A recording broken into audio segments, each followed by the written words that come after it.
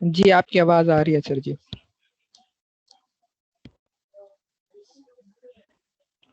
कल हमने chapter and कर लिया था ना। Yes sir.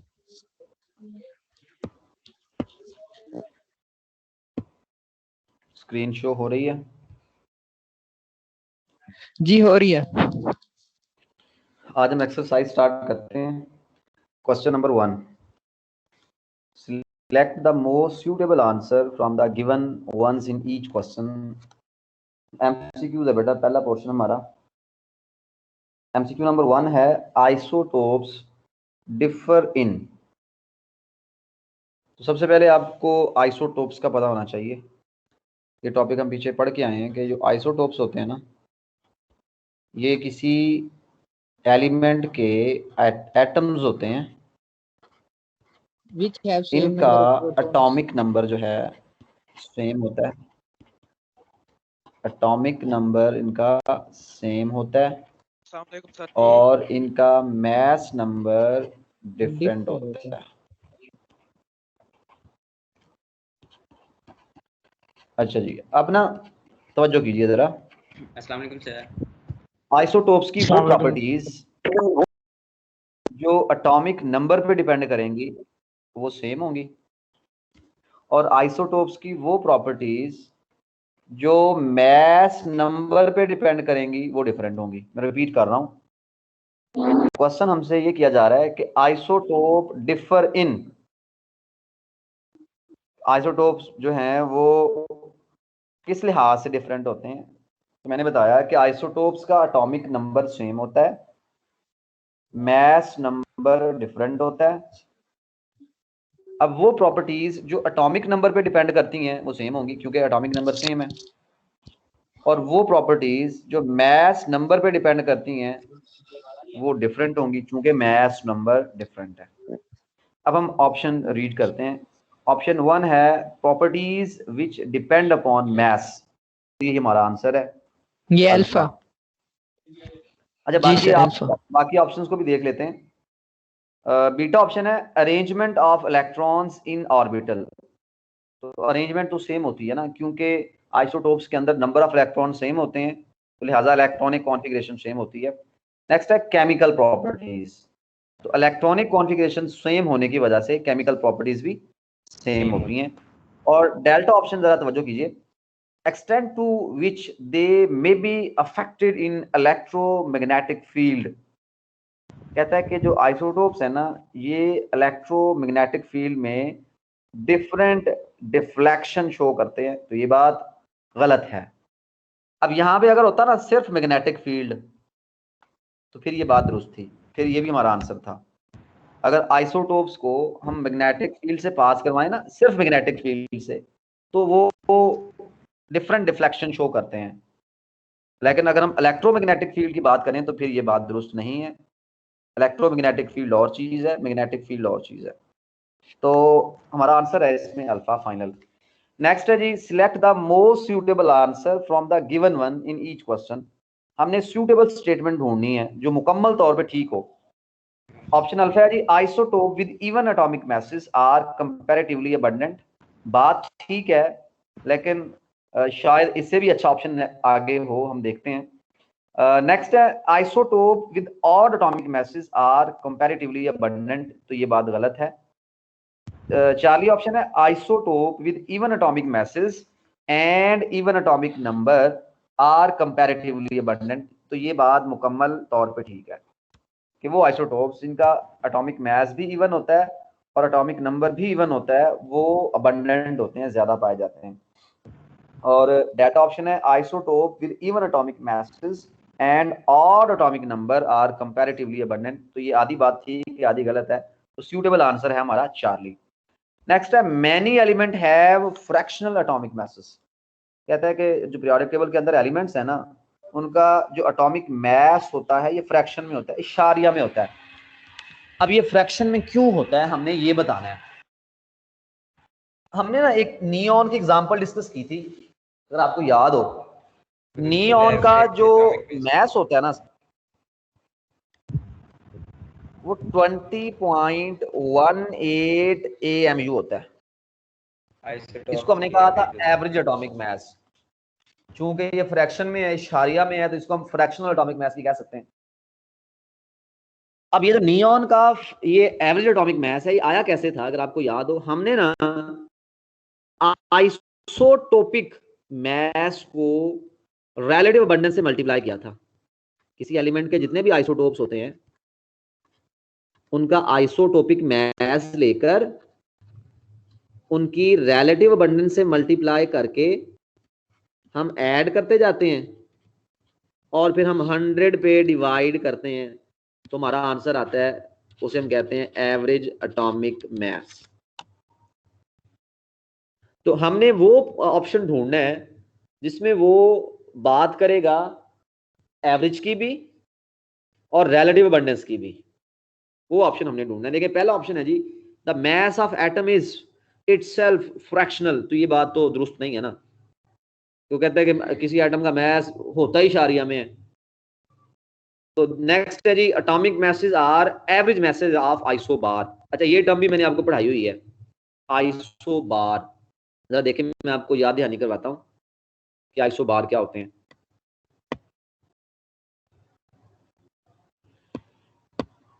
ये व्हाइट बोर्ड जरा ओपन हो जाए बेटा।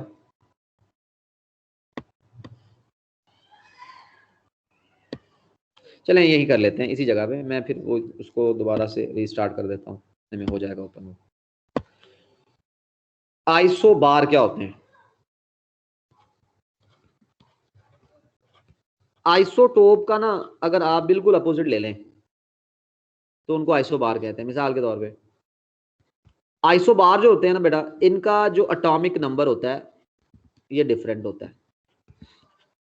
इनका एटॉमिक नंबर डिफरेंट होता है और इनका मास नंबर सेम होता है। आइसोबार का मास नंबर सेम होता है। अगर इसकी एग्जांपल हम लें तो इसकी एग्जांपल है argon, atomic number 18, mass number 40। Calcium, atomic number 20, mass number 40। ये आइसोबार है। अब वो ऑप्शन में क्या कह रहा है? ऑप्शन में कह रहा है कि iso atomic masses are average masses of isobar. तो ये बात भी दुरुस्त नहीं है। फिर कह रहा है atomic masses are average masses of isotopes. तो कुछ हद तक तो ठीक है, लेकिन मुकम्मल तौर पे ठीक नहीं है। डेल्टा ऑप्शन देखें, वो कह रहा है atomic masses are average masses of isotopes proportional to their relative abundance. तो ये बात मुकम्मल तौर पे ठीक है। इसमें वो बात कर रहा है कि जो हमारे पास एटॉमिक मैसेज होते हैं ये हम निकालते हैं जब हम आइसोटोपिक मास को उनकी रिलेटिव अबंडेंस से मल्टीप्लाई करके ऐड करें और फिर 100 पे डिवाइड करें। तो आंसर जो है हमारा डेल्टा है। नेक्स्ट है जी, the mass of 1 mole of electron is. 1 mole electron का मास निकालना है। तवज्जो कीजिएगा, हमारा ऑब्जेक्टिव है, ये एमसीक्यू नंबर 4 है। MCQ number 4।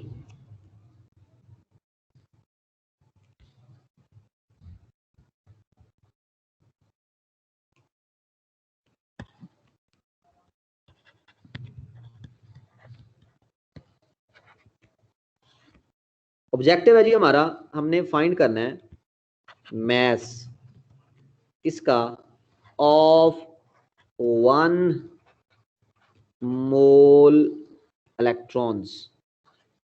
1 मोल इलेक्ट्रॉन्स का मास हमने मालूम करना है, कैलकुलेट करना है। अच्छा, पहले तो आपको ना 1 मोल की टर्म जो है वो क्लियर होनी चाहिए। मैंने आपको बताया था कि जैसे एक फ्रूट बेचने वाले के लिए 1 डजन के अंदर, 1 दर्जन के अंदर 12 फ्रूट होते हैं, 12 केले होते हैं, वैसे ही एक केमिस्ट के लिए 1 मोल में 6.02 मल्टीप्लाई बाय 10⁻23 पार्टिकल्स होते हैं। पार्टिकल्स में भी atoms, ions, molecules, formula units, electrons, protons, neutrons. ठीक है बेटा, तो 1 mole mean collection of 6.02 multiply by 10 power 23 particles. अच्छा, हमसे वो पूछ रहा है एक मोल इलेक्ट्रॉन का मास, यानी कि एक इलेक्ट्रॉन का मास नहीं पूछ रहा, वो हमसे पूछ रहा है 6.02 मल्टीप्लाई बाय 10 पावर 23 इलेक्ट्रॉन्स का मास पूछ रहा है। तो आपको तो पहले तो एक इलेक्ट्रॉन का मास आना चाहिए ना।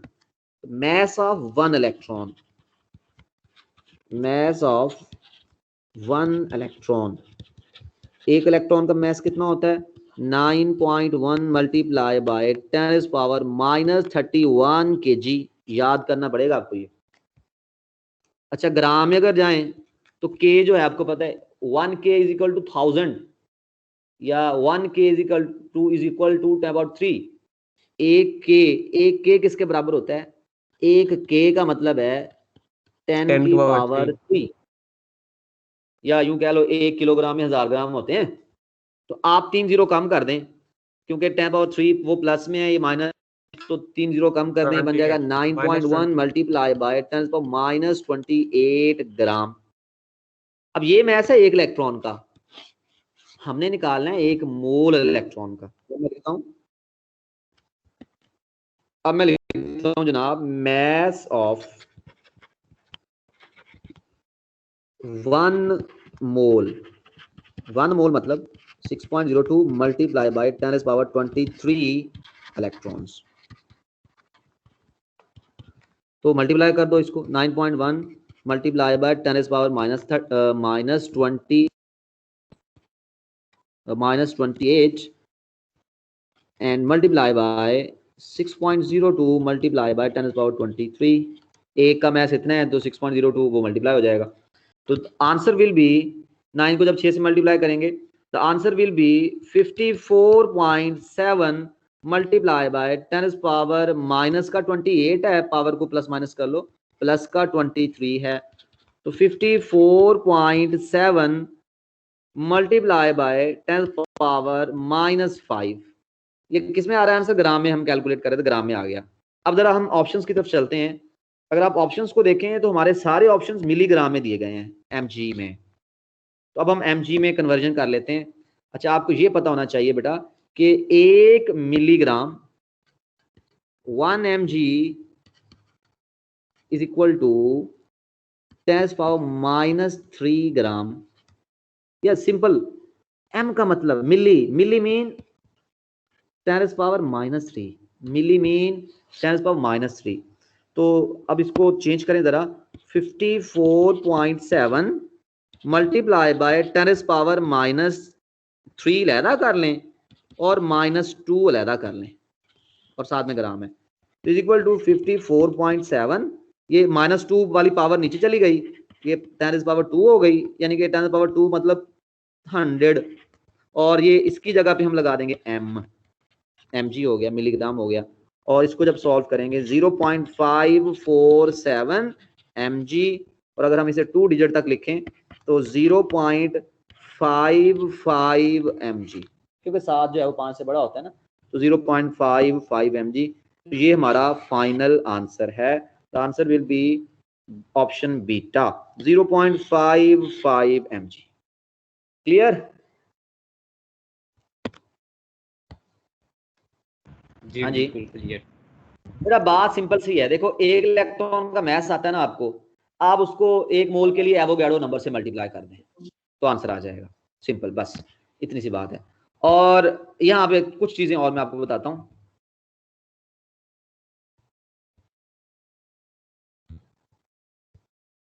देखें जी, अगर आपको बोले mass of 2 mole electron, mass of 2 moles electron, अभी हमने निकाला है mass of 1 mole electrons, अभी निकाला हमने, कितना आया? 0.55 mg। अगर वो 2 मोल बोल दे तो आप 2 मल्टीप्लाई कर देंगे 0.55 mg।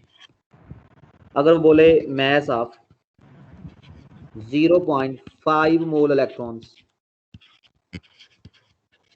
आधे मोल इलेक्ट्रॉन्स का मैस कितना होगा? तो फिर आप 0.55 को मल्टीप्लाई कर देंगे 0.5 से मिलीग्राम में। मतलब आपको 2 मोल बोले, 4 मोल बोले, पॉइंट, तो जो वैल्यू देगा उससे मल्टीप्लाई करेंगे, आपके पास फाइनल आंसर आ जाएगा। Is that clear?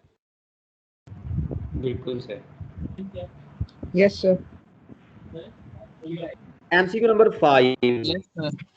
ये तवज्जो कीजिएगा, बड़ा मजे का एमसीक्यू आ गया। 27 ग्राम एल्यूमिनियम, वो आपको दे रहा है 27 ग्राम A1 नहीं है, एल्यूमिनियम है, मिसप्रिंट है। 27 ग्राम ऑफ एल्यूमिनियम, एल्यूमिनियम का आपको मैथ उसने दे दिया 27 gram. React completely with how much math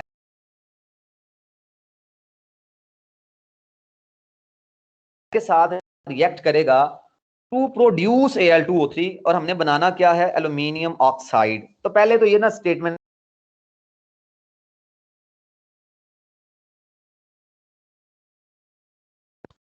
देखें बेटा, हमने ना बनाना है Al2O3 एल्यूमिनियम ऑक्साइड। ये कैसे बनता है? जब हम एल्यूमिनियम का रिएक्शन करवाते हैं किससे? ऑक्सीजन से। हमने एल्यूमिनियम का रिएक्शन करवाया ऑक्सीजन से, और इससे बन गया जनाब Al2O3। बैलेंस कर सकते हैं इसको, यहाँ 2 लगा, यहाँ लगा दो आप 3 2, तो Al4 हो गए, यहाँ 4 आ जाएगा, ऑक्सीजन 6 हो गए, यहाँ 3 आ जाएगा, ये बैलेंस भी हो गई। तो हमने बनाना है Al2O3, और वो बनता कैसे है? वो बनता है जनाब जब एल्यूमिनियम का रिएक्शन ऑक्सीजन से करवाया जाता है। अब वो कह क्या रहा है हमें? वो हमें कह रहा है कि आपके पास ना 27 ग्राम एल्यूमिनियम है, 27 ग्राम, और पूछ क्या रहा है हमसे? पूछ रहा है बताओ 27 ग्राम एल्यूमिनियम से कितना ऑक्सीजन मुकम्मल तौर पे रिएक्ट करेगा। यानी हमें वो मैथ दे रहा है एल्यूमिनियम का, और वो हमसे मैथ पूछ रहा है ऑक्सीजन का। अब वैसे तो ये लिमिटिंग रिएक्टेंट स्टोइचियोमेट्री का न्यूमेरिकल है, स्टोइचियोमेट्री का, तो प्रॉपर कैलकुलेशन होगी। लेकिन ना जब एमसीक्यू के अंदर आ जाए तो हम फिर क्या करते होते हैं? फिर हम शॉर्ट ट्रिक यूज करते हैं। वो ट्रिक आपने समझनी है तवज्जो से। देखें जी, एमसीक्यू नंबर 5 हम सॉल्व करने जा रहे हैं। अब हमारी कंसीडरेशन में 3 चीजें हैं। एक है Al2O3, दूसरा है एल्यूमिनियम, और तीसरा है ऑक्सीजन। ये 3 चीजों से हमने डील करना है। अब जरा Al2O3 का ना मोलर मैस निकालते हैं हम एल्यूमिनियम ऑक्साइड का। बेटा एल्यूमिनियम का मैस होता है 27, Al2 है तो 27 और को 2 से मल्टीप्लाई करें 54। ऑक्सीजन का मैस होता है 16, तो 3 से मल्टीप्लाई करें 48। ये Al2O3 का मोलर मैस बनेगा, 1 मोल का मैस बनेगा 102 ग्राम। तो मैंने ये जो इनके Al2O3 इनके अंदर जो एटम है इनका मैस ऐड कर लिया है, और 1 मोल का मैस लिया तो ग्राम में लिख दिया मैंने। अच्छा अब जरा तवज्जो कीजिए, इस 102 ग्राम में एल्यूमिनियम कितना है? जरा देखो, Al2 है ना, 2 एल्यूमिनियम है, तो 1 का मैस 27, 2 का मैस 54, यानी कि 102 ग्राम में 54 ग्राम जो है वो एल्यूमिनियम है। और ऑक्सीजन कितना है? ऑक्सीजन 3 है, 1 का 16, 3 का 48, 48 ग्राम। क्या ये बात क्लियर है? Yes sir. बिल्कुल सर। यानी कि अगर आपको 102 ग्राम Al2O3 बनाना है, आपको 48 ग्राम चाहिए ऑक्सीजन, आपको 54 ग्राम चाहिए एल्यूमिनियम। अच्छा अब हमसे जो सवाल किया जा रहा है वो 48 का नहीं किया जा रहा, वो एल्यूमिनियम का किया जा रहा है। उसमें वो कह रहा है कि आपको ना 27 ग्राम एल्यूमिनियम दी है, 27 ग्राम दी है, 27 ग्राम दी है, तो हमने 54 से आना है 27 पे। मुझे बताओ हम क्या करेंगे 54 से 27 पे आने के लिए? 2 से डिवाइड कर देंगे। शाबाश, हम इसको 2 से डिवाइड कर देंगे। अगर हमने इसको 2 से डिवाइड किया डेफिनेटली हम इसको भी 2 से डिवाइड करेंगे। तो फिर ऑक्सीजन का मास कितना हो जाएगा 24 ग्राम। 24 ग्राम, यानी कि अगर आपके पास 54 ग्राम एल्यूमिनियम है तो आपको कितना ऑक्सीजन चाहिए मुकम्मल रिएक्ट करने के लिए 48 ग्राम। और अगर आपके पास 27 ग्राम एल्यूमिनियम है तो आपको कितना ऑक्सीजन चाहिए 24 ग्राम ऑक्सीजन चाहिए। The answer will B 24 gram oxygen delta. Delta answer है। क्या ये बात समझ आई? Yes sir. अच्छा, अब यहां से ना वो एमसीक्यू बदल सकता है, स्टेटमेंट बदल सकता है, ऐसे कह सकता है 27 gram of aluminium will react completely with 24 gram of oxygen and produce how much mass of Al2O3। वो आपसे पूछ सकता है कि Al2O3 कितना बनेगा। तो बड़ा सिंपल है, देखें 24 और 27 को ऐड कर लो। पहला तरीका 24 और 27 को ऐड करेंगे बन जाएगा 51 ग्राम। दूसरा तरीका, जैसे आप उधर दो दो दो पे डिवाइड कर रहे थे, इधर भी 2 पे डिवाइड कर दें, 102 को 2 पे डिवाइड करें 51 ग्राम। Yes sir. तो 24 ग्राम अगर ऑक्सीजन है तो आपको चाहिए एल्यूमिनियम 27 ग्राम और टोटल Al2O3 कितना बनेगा 51 ग्राम। तो क्लियर है? बिल्कुल सर। तो हमारा यहां तक हमारा काम था। अब इससे आगे जरा एक चीज समझें। अब मैं आपको अगर बोलूं कि बेटा आपको ना अगर 12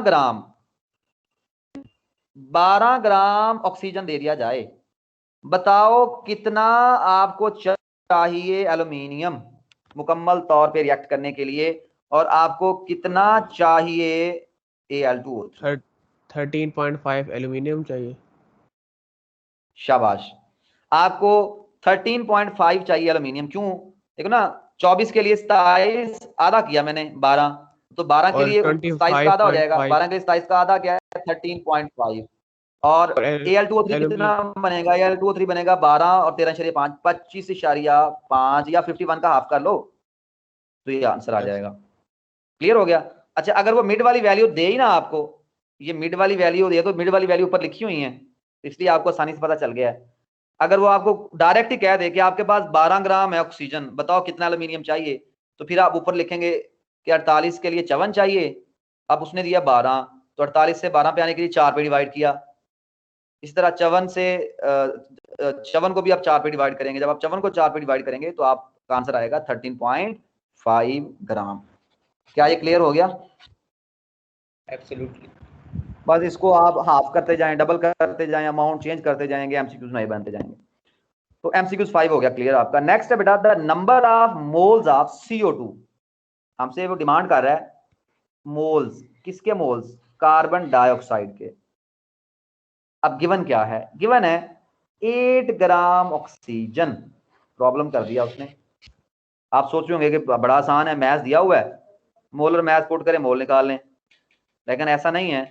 मैथ किसी और चीज का दिया हुआ है, मोल किसी और चीज के पूछ रहा है। मैथ उसने दे दिया सिर्फ ऑक्सीजन का, मोल उसने पूछ लिया CO2 के। तो देखते हैं इस एमसीक्यू को। MCQ number 6।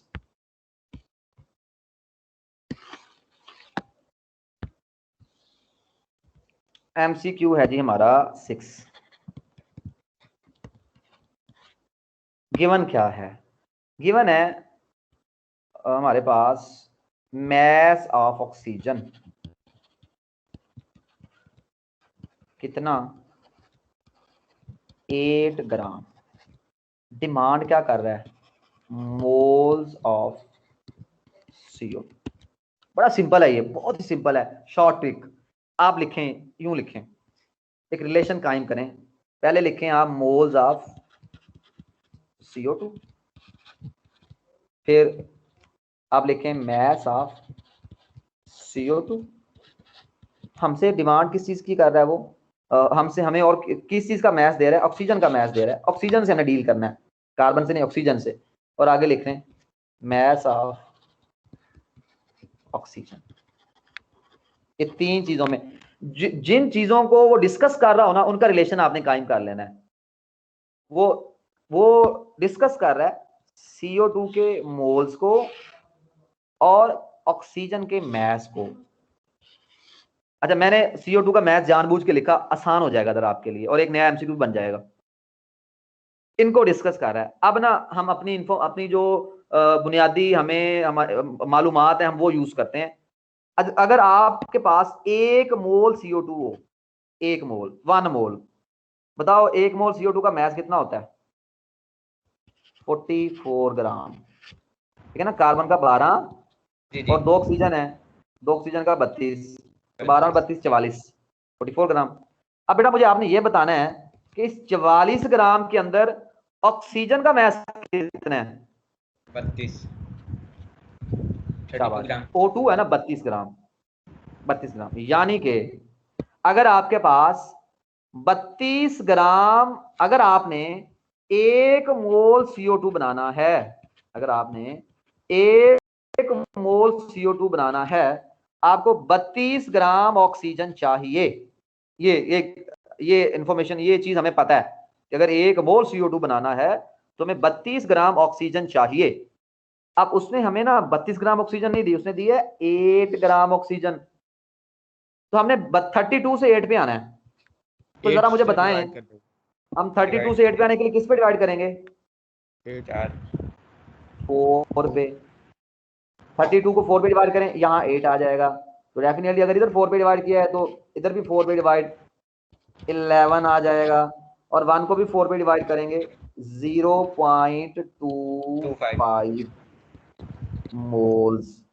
देखें ये हमारा आंसर आ गया कि अगर आपको 8 ग्राम ऑक्सीजन दी जाए, अगर आपको 8 ग्राम ऑक्सीजन दी जाए तो आपके पास CO2 के कितने मोल्स बनेंगे? 0.25।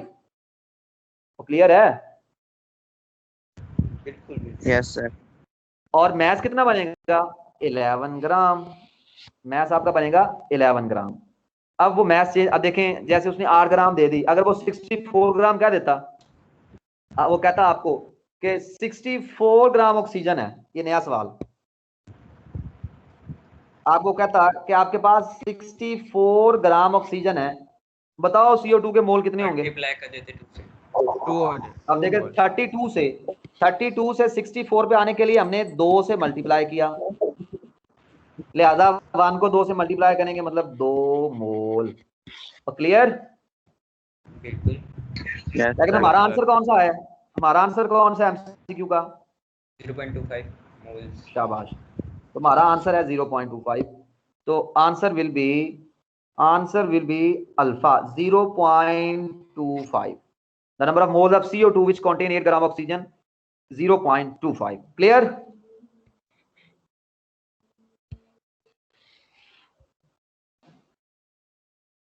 तो बोला करो। Yes sir. Yes sir. अच्छा, अब एक और MCQ, यहीं से एक और MCQ बनाते हैं, बड़ा इंपॉर्टेंट है बेटा। सिर्फ छोटी सी चीज एक ना वो मिटाएगा, वो यूं कहेगा the number of moles of CO, carbon monoxide, the number of moles of CO which contain 8 gram oxygen. Answer सारा कुछ यही होगा, ऑप्शन भी यही होंगे, स्टेटमेंट भी यही होगी। 2 वो खा जाएगा, 2 गायब करा देगा, और बच्चा जो समझेगा कि हैं ये तो एक्सरसाइज वाला है, भाग के 0.25 टिक कर देगा और 1 नंबर खत्म। अब तवज्जो करें, अगर CO वो दे तो फिर हम आंसर क्या लगाएंगे, फिर देखते हैं। जनाब मेरे पास है वही कुल कैलकुलेशन जो मैंने पीछे समझाई है, वही चीज हम यहाँ पे फॉलो करेंगे। यहां लिख लो आप moles of CO, moles of CO carbon monoxide. यहां लिख लो आप मास ऑफ CO, फिर लिख लो आप ऑक्सीजन, मास ऑफ ऑक्सीजन।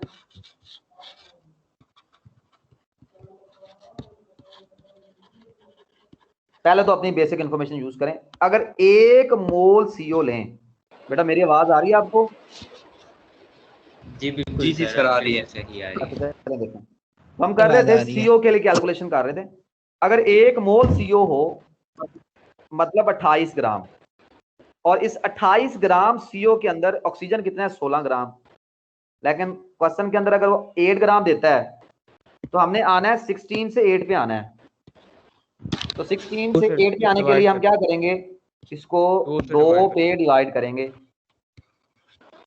तो 2 पे जब डिवाइड करेंगे तो मोल को भी फिर 2 पे डिवाइड करेंगे, मोल कितने हो जाएंगे? 0.5। और मास कितना हो जाएगा? 14 ग्राम। 14 ग्राम। यानी कि अगर वो यही एमसीक्यू में, इसी एमसीक्यू में वो पूछ ले the number of mole of CO, CO2 ना पूछे, CO पूछ ले, तो फिर हमारा आंसर होगा 0.5। और अगर वो CO2 पूछे जैसे बुक में है तो फिर आंसर होगा 0.25। क्लियर? सर क्या कभी ऐसा हो सकता है कि ये वैल्यू हमें पॉइंट में दी जाए, फॉर एग्जांपल 8.5 9.5 समथिंग?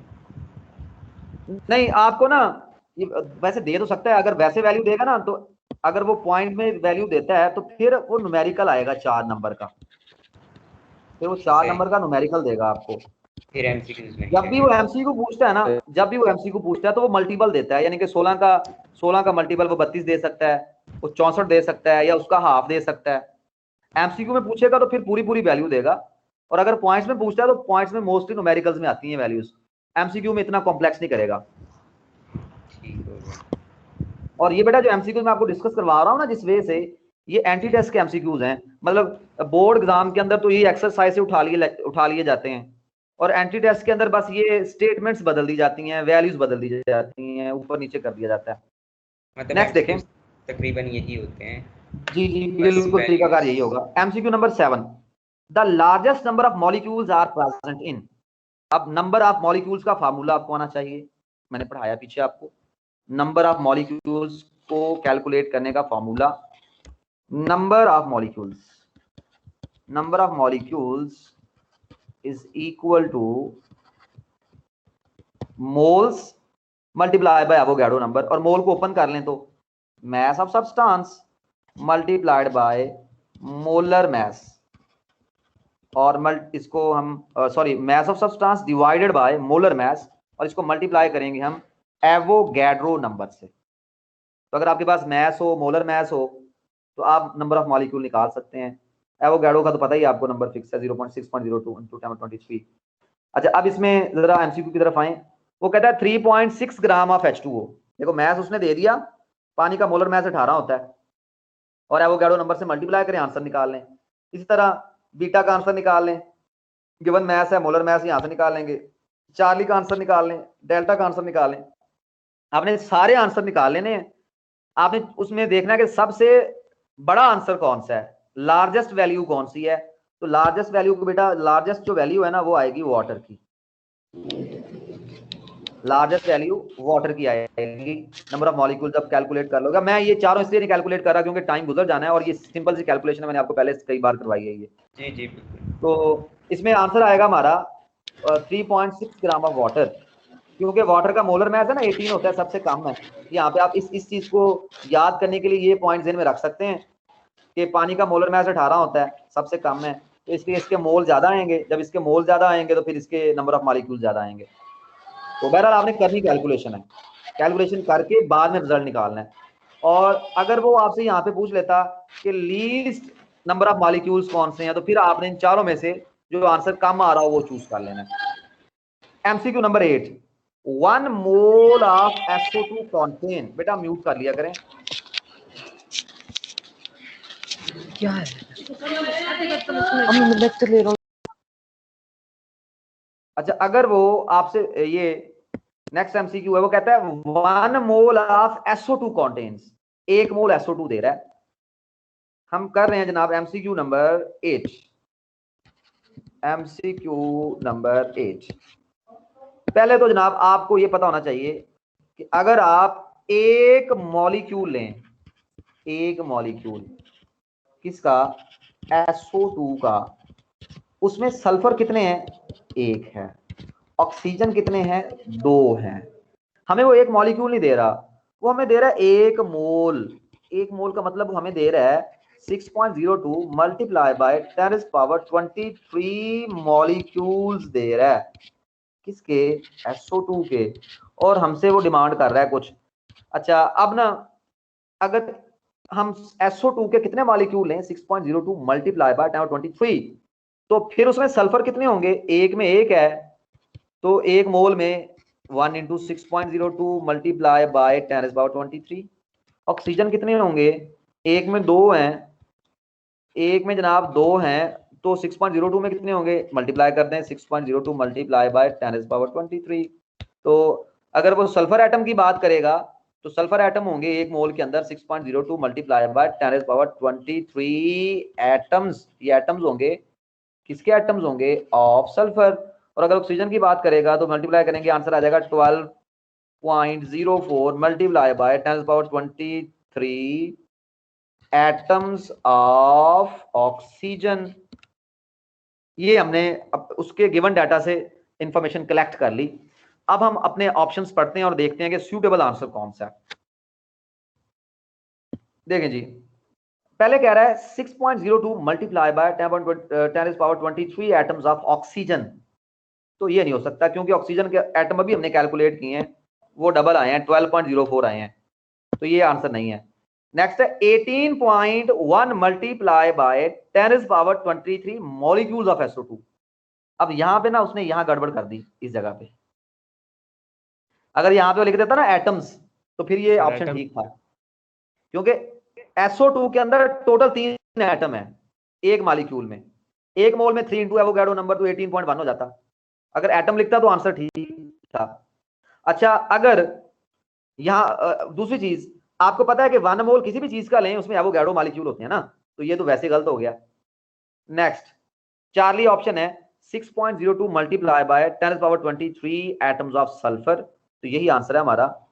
एक मॉलिक्यूल में एक है तो एक मोल में फिर वो मल्टीप्लाई होगा तो 6.02 10⁻23 एटम्स ऑफ सल्फर आ जाएगा।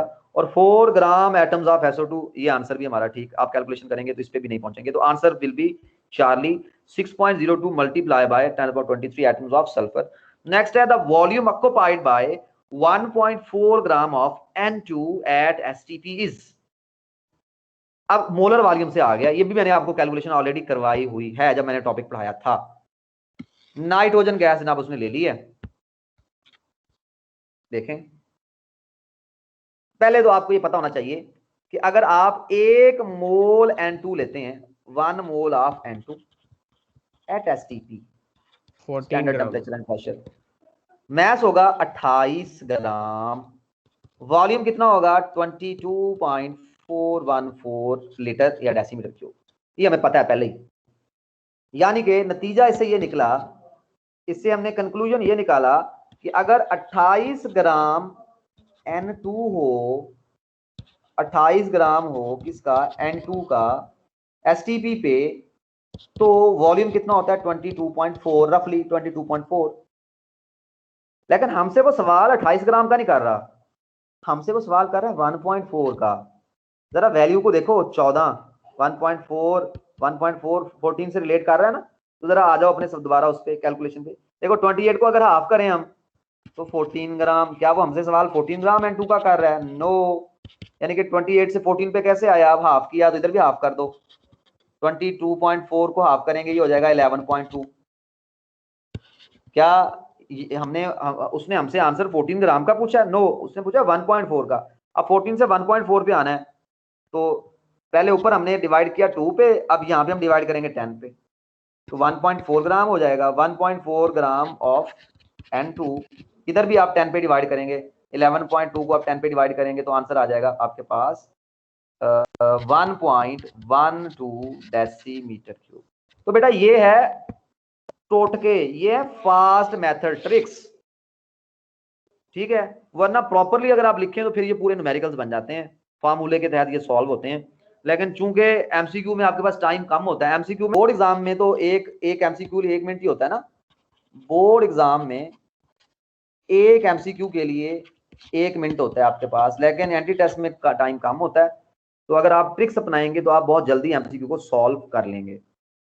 तो आंसर हमारा क्या आ गया? 1.12 decimetre cube.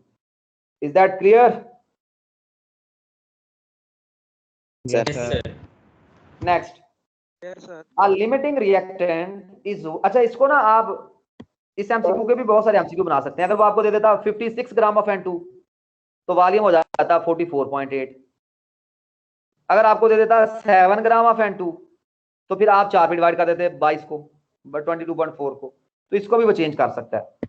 Next, a limiting reactant is that is one which, limiting reactant कौन सा होता है? हमने प्रॉपर उसकी स्टेटमेंट या डेफिनेशन ढूंढनी है। पहला है is taken in lesser quantity in gram as compare to other reactant. गलत, ये बात मुकम्मल तौर पे ठीक नहीं है। बाज़-औक़ात रिएक्शन के अंदर कोई रिएक्टेंट ऐसा होता है कि उसकी मिकदार दिखने में कम लग रही होती है लेकिन वो लिमिटिंग नहीं होता, वो एक्सेस होता है, तो लिहाजा ये बात पूरी दुरुस्त नहीं है। सेकंड है is taken in lesser quantity in volume, ये बात भी दुरुस्त नहीं है।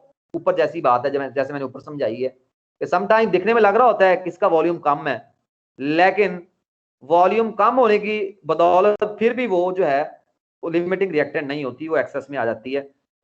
Give the maximum amount of product, तो ये तो बात वैसे गलत है 100%। वो कहता है कि लिमिटिंग रिएक्टेंट मैक्सिमम अमाउंट देता है, नहीं।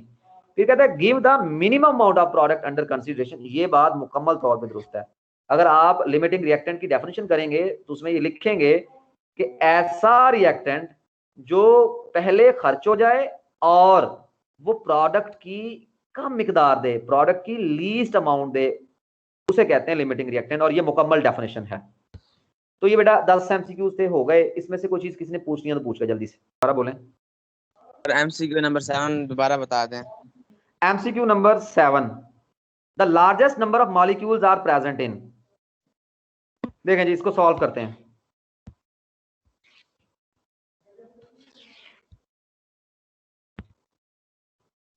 हमसे पूछ रहा है लार्जेस्ट नंबर ऑफ मॉलिक्यूल्स, ये उसकी डिमांड है। 4 ऑप्शन दे दिए हैं, वो कह रहा है कि जिस ऑप्शन में मॉलिक्यूल की तादाद ज्यादा आए ना वो आपने टिक करना है। ऑप्शन ए, उसमें दे रहा है 3.6 ग्राम ऑफ H2O, पानी के 3.6 ग्राम दे रहा है। अच्छा, आपने जनाब नंबर ऑफ मॉलिक्यूल्स का फार्मूला याद करना है, वो आना चाहिए आपको। Number of molecules is equal to, अभी पीछे मैंने बताया था, mass over molar mass, mm लिख देता हूँ, शॉर्ट कर देता हूँ मैं, molar mass multiply by Avogadro number. हम किसके मालूम कर रहे हैं? नंबर ऑफ मॉलिक्यूल्स, वाटर के। Number of molecules of water, mass कितना दिया है उसने? 3.6। अच्छा, मोलर मैस कितना होता है? 36 पानी का, सॉरी 18। मोलर मैस पानी का कितना होता है? 18। अब H2 2 और 16 18, और मल्टीप्लाई इसको हमने करना है किससे? एवोगैड्रो नंबर से। 6.02 मल्टीप्लाई बाय 10⁻23। अगर कैलकुलेटर है उससे सॉल्व कर लो, वरना ऐसे भी सॉल्व कर सकते हैं। ऊपर आप 36 कर लो बटा 18, और नीचे ऊपर जो पॉइंट हटाया उसकी जगह पे 1, 6 की जगह पे 0 इंटू 6.02 मल्टीप्लाई बाय 10⁻23। 36/18 यानी कि 2/10, 2/10 इंटू 6.02 मल्टीप्लाई बाय 10⁻23, और उसके बाद 2/10 का मतलब 0.2, 0.2 इंटू 6.02 मल्टीप्लाई बाय 10⁻23। इसको जब 0.2 को मल्टीप्लाई करेंगे तो ये आ जाएगा 1.204 मल्टीप्लाई बाय 10⁻23। इसको जरा कैलकुलेट कर लें, 6 दूने 12 ही आएगा। 1.204 मल्टीप्लाई बाय 10, इसको जरा मैं देख लूँ, कंफर्म कर लूँ कैलकुलेटर से। 6.02 मल्टीप्लाइड बाय 0.2, 1. ठीक है, 1.204 मल्टीप्लाई बाय 10⁻23 क्या आ गए? ये बेटा मॉलिक्यूल्स आ गए किसके? Of water. तो हमने ना पहला ऑप्शन सॉल्व कर लिया, यानी कि उसने कहा था 3.6 ग्राम है पानी का, इसके मॉलिक्यूल कितने होंगे? इसके मॉलिक्यूल होंगे 1.204 मल्टीप्लाई बाय 10⁻23। इसी तरह अब आपने ना दूसरा हमारे पास ऑप्शन है जनाब 7 में, कहाँ गया ये रहा, 4.8 gram of C2H5OH, 4.8 gram of C2H5OH। अब इसमें गिवन मैस है C2H5OH का मोलर मैस कितना बनेगा? C2H5OH, कार्बन 1 का 12, 2 है यहाँ पे 24, हाइड्रोजन का 5, ये वाला 5 का 5, एक ऑक्सीजन का 16, और एक H का 1, तो 24 और 5 29 और 31 और 16 46। ये उसने 46, इसका मैस कितना बन गया? 46 ग्राम पर मोल। गिवन मैस कितना है? एक मिनट रुकें, 24, 29, 30 और ठीक है 46। गिवन मैस कितना है? गिवन मैस है 4.8, मोलर मैस आया 46 और मल्टीप्लाई करेंगे 6.02 मल्टीप्लाई बाय 10⁻23 से, तो ये जनाब आंसर आएगा, ये कम ही आएगा क्योंकि मोलर मैस ज़्यादा हो गया ना। यहाँ पे मोलर मैस था 18, मोलर मैस था 18, तो मोल का जवाब आया था ज़्यादा, इस वजह से मालिक्यूल ज़्यादा है। अब चूंकि मोलर मैस ज़्यादा हो गया तो मोल का जवाब कम आएगा, मालिक्यूल कम आएंगे। देखें 4.8 डिवाइडेड बाय 46, ये 0.1 मोल आ रहे हैं, 0.1 मल्टीप्लाइड बाय 6.02 इंटू 10⁻23, तो ये आंसर आ जाएगा 6.02 मल्टीप्लाई बाय 10⁻22, यानी कि एक जीरो कम हो गई, यहाँ 23 थे यहाँ 22 है, मालिक्यूल कम हो गए ना। Yes sir. अब इसी तरह बेटा आपने 2.8 ग्राम CO का निकाल लेना है। कार्बन मोनोऑक्साइड का मोलर मास कितना बनेगा? 28, इसके भी 0.1 मोल बनेंगे। 2.8 बाय 28 है ना, 0.1। N2O5 का मोलर मास कितना बनेगा? एक नाइट्रोजन का कितना होता है? 14, दो का कितना होगा? 28, और ऑक्सीजन का एक का 16, 5 का 80, ठीक है 28 और 80 ये हो जाएगा 108, तो ये भी कम मोल्स आएंगे, मॉलिक्यूल्स कम होंगे। तो आंसर हमारा कौन सा बनेगा? सबसे ज्यादा मॉलिक्यूल किस में आएंगे? 3.6 ग्राम ऑफ वाटर में आएंगे। हो गया क्लियर? Yes sir. और कुछ पूछना होगा किसी ने? No sir. चले जी ठीक है बेटा, जा सकते हैं अब हम? जी जी जा सकते हैं। अल्लाह हाफिज। अल्लाह हाफिज़।